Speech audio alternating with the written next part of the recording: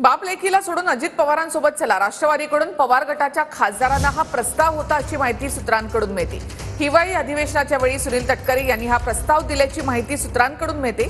सुप्रिया सुळे सोडून इतर सर्व खासदारांना हा प्रस्ताव होता अशी माहिती सूत्रांकडून मिळते। बाप लेकीला सोडून अजित पवारांसोबत चला असा प्रस्ताव पवारांच्या खासदारांना दिला असल्याची माहिती सूत्रांनी दिली।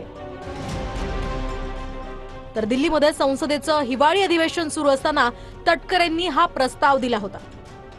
प्रस्तावावर सुप्रिया सुळे तटकरेंवर संतापल्याची ही माहिती आहे। तर सुप्रिया सुळेंनी प्रफुल्ल पटेल यांना फोन करून या संदर्भात नाराजी व्यक्त केली आहे। असा विचार येतोच कसा असं म्हणत सुप्रिया सुळेंनी तटकरेंबाबत पटेलांकडे नाराजी व्यक्त केली आहे। अजित पवारांसोबत जाण्याचा प्रस्ताव शरद पवारांच्या खासदारांनी फेटाळल्याची ही माहिती आहे। तर सुनील तटकरेंनी दिलेल्या प्रस्तावामुळे शरद पवार गटात नाराजी असल्याची ही चर्चा आहे। दरम्यान आम्हाला तटकरेंकडून कोणताही प्रस्ताव आलेला नाही असं खासदार अमर काळेंनी स्पष्टीकरण दिलं। आम्हाला ऑफर मिळालेली नाही, आमच्याशी कोणत्याही प्रकारची चर्चा झाली नाही असं निलेश लंकेंनी सुद्धा म्हटलंय। अशा पद्धतीचा कुठला संपर्क शरद पवारांच्या अजितदादांच्या राष्ट्रवादीकडनं माझ्याकडे कधी करण्यात आलेला नाही। अजितदादांकडनं कुठल्याच पद्धतीचा संपर्क आमच्यासोबत करण्यात आलेला नाही। या बातमीमध्ये कुठलाही 1% सुद्धा तथ्य नाही। आमच्याशी असा कुठल्याही प्रकारे मी असो किंवा आमच्या इतर खासदारांशी चर्चा झालेली नाही।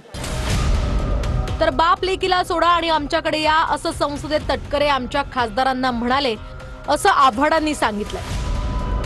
सर्व खासदार शरद पवारांच्या पाठीशी असल्याचं अनिल देशमुखांनी सांगितलंय। सुनील तटकरे यांनी कसं आमच्या खासदारांना बोलवलं असतं आणि सांगितलं असतं माय बापाला आणि मुलीला राहू दे बाजूला, तुम्ही या।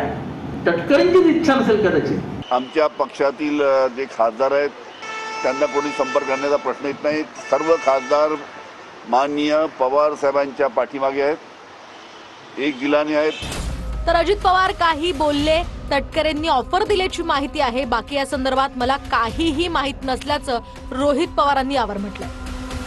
शिवाय जोपर्यंत शरद पवारांचे खासदार फुटत नाहीत तोपर्यंत तटकरेंना मंत्रिपद नाही, म्हणूनच हा प्रयत्न केला जात असल्याचं राऊतांनी म्हटलंय। अभी स्टेटमेंट कौन दे रहा है? तो तटकरे साहब दे रहे हैं। तो अभी हमारा लोगों का ऐसा कहना है कि वो जो पक्ष है उसके प्रमुख अजित दादा है, लेकिन अगर आप डिटेल में जाओ तो ऐसा पता चल रहा है कि उस पक्ष में तटकरे साहब का ज्यादा चलता है। जोपर्यंत खासदार फुटत नाहीत, पवार साहेबांचे खासदार फोडले जात नाहीत, तोपर्यंत अजित पवार गटाला केंद्रामध्ये मंत्रिपद मिळणार नाही आणि हे मंत्रिपद प्रफुल्ल पटेल यांना हवं आहे।